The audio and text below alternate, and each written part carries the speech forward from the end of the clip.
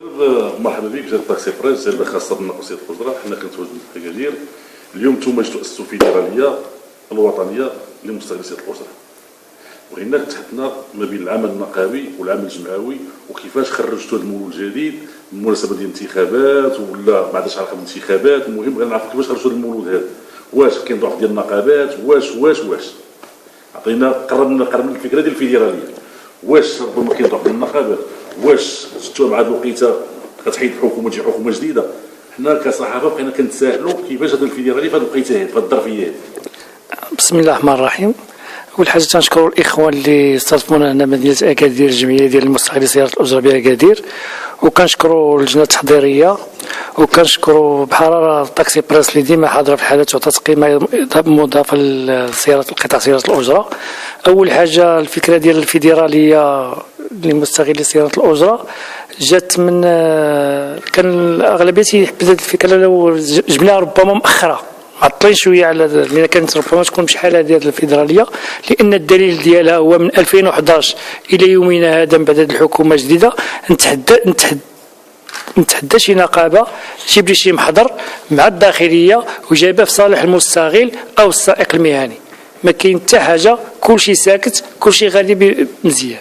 رغم هذه التنسيقيات وربما الخروجات وربما كاين شي وقفه وطنيه مستقبلا، زعما كيفاش نتوما هادشي اللي كيديروا النقابات زعما كان يعني ما عطاش الاكل ديالو.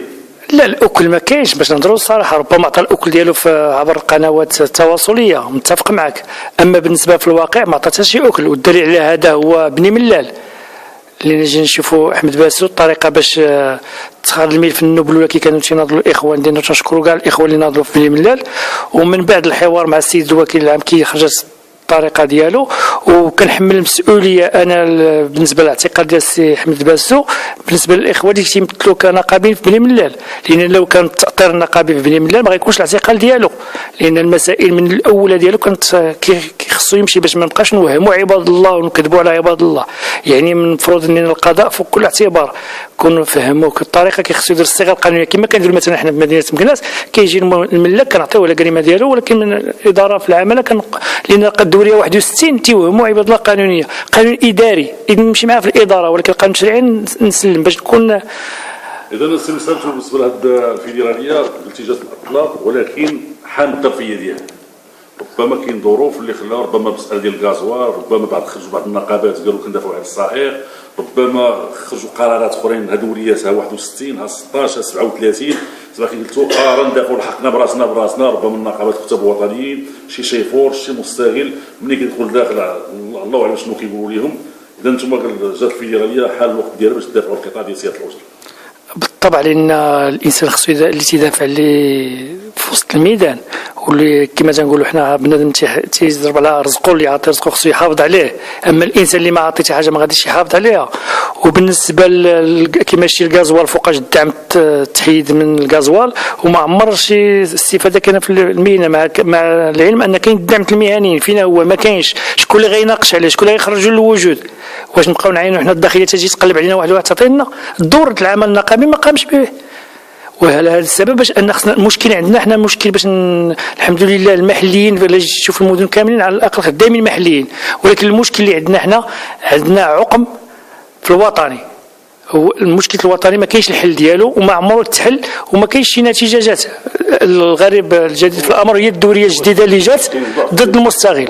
واش الضعف ديال النقابات ولا ربما وزاره الداخليه قويه عليه؟ يعني ربما المحاوله وزاره الداخليه المدير ديال وزاره الداخليه قوي على النقابات، ولا ربما المسؤولين النقابات كيدخلوا ربما كيوهموا غيعطيهم كريم ولا غيعطيهم مثلا امتيازات وكيخرجوا يسقسوا الشارع المهني وهذاك الشيفور وهذاك المستغل كيبقى هو الضحيه. لا، ما كاينش ضعف النقابات. احترامات لجميع النقابات، المؤسسات النقابيه حنا عارفين القوه ديالها الحمد لله، وكنعرفوا اللي قويه في الاعمال ديالها. والدليل على هذا هو تنشوفوا في الامانات ديالهم في المطالب ديالهم ديما في التقاعد. الضجه اللي ناضله هذه 3 سنين ولا عامين هذه في التقاعد دايره ضجه، ولكن في القطاع المهني الاشخاص اللي تيمثلوا النقابات القطاع ديال قطاع سيادة لا نقربوا النقابه بالاشخاص. انا كنهضر على الاشخاص اللي تيمثلوا. انا كان في وجهه نظري الاشخاص اللي تيمثلوا ما غادي يكون ذاك الكاتب ديال الداخليه قوي عليهم، اذا هاد الناس ما كاينينش. راه شتي الحوار اللي داز مؤخرا مع وزاره الداخل سمع ديال الاشواط، ولكن كانت نتائج سلبيه، والشارع المهني فقد الثقه في المسؤولين النقابيين، ربما خلى عاوتاني تاجلت الوقت، ناض عاوتاني روح التنسيقيه. كان في النظر ديالك واش هذه التنسيقيه غتنجح؟ واش النقابه ديالكم غتخرج حتى هي في لوديس واش هي غتنجح؟ شنو كيبان لكم التصور لكم احنا بالنسبه لينا بالنسبه للعمل النقابي، انا بالنسبه لي ما يشرفنيش نجلس نتعقل نفرض الوجود ديالي، المطلوب ديالي الراي العام يكون واضح. يعني حتى النقابات كانوا بشحال هذه منين جلسوا الحوار الاول او الثاني وما كاينش نتيجه، نخرجوا للشارع اما ان نكون او لا نكون، وكنحيدوا التقييد على رقبتنا وكنوضحوا الامور. اما باش تبقى ساكت راه كاين شي حاجه في نفس يعقوب. سي مسالم، بالنسبه لك انت عندك درايه بالعمل النقابي، العمل الجمعوي، عندك تصور بالنسبه لك انت التنسيق ديال الفيدراليه مع النقابات واش وارد ولا غير وارد؟ انا بالنسبه لي التنسيق مع النائب ديال في الامانه، ربما قلتوا امر شورى بينكم، واش نتوما غتنسقوا مع النقابات المستقبل؟ انا بالنسبه لي غنهضر، ما يمكنليش نهضر دابا الان باسم الفيدرالي، لان غنهضر باسم الفيدرالي خصها يكون يعني يكون الامانه مجموعه ويمكن نخرجوا قرار. انا نهضر على مساله شخصيه ديالي، بالنسبه لي انا الا جينا درنا فيدراليه ونسقت مع نفس النقابات اللي كاينين، اذا بحال تنكذب على راسي. مثلا كانوا يجيو وجوه جديده ودماء جديده تدير التنسيق غنكون منطقي. اما الا مشيت درت دابا التنسيق مع نفس الكتاب الوطني اللي كاين ما كاينش المصداقيه، غنكون بحالي بحالهم وتنكذبوا على راسنا وجنجيو نديروا السوق ونمشيو بحالنا.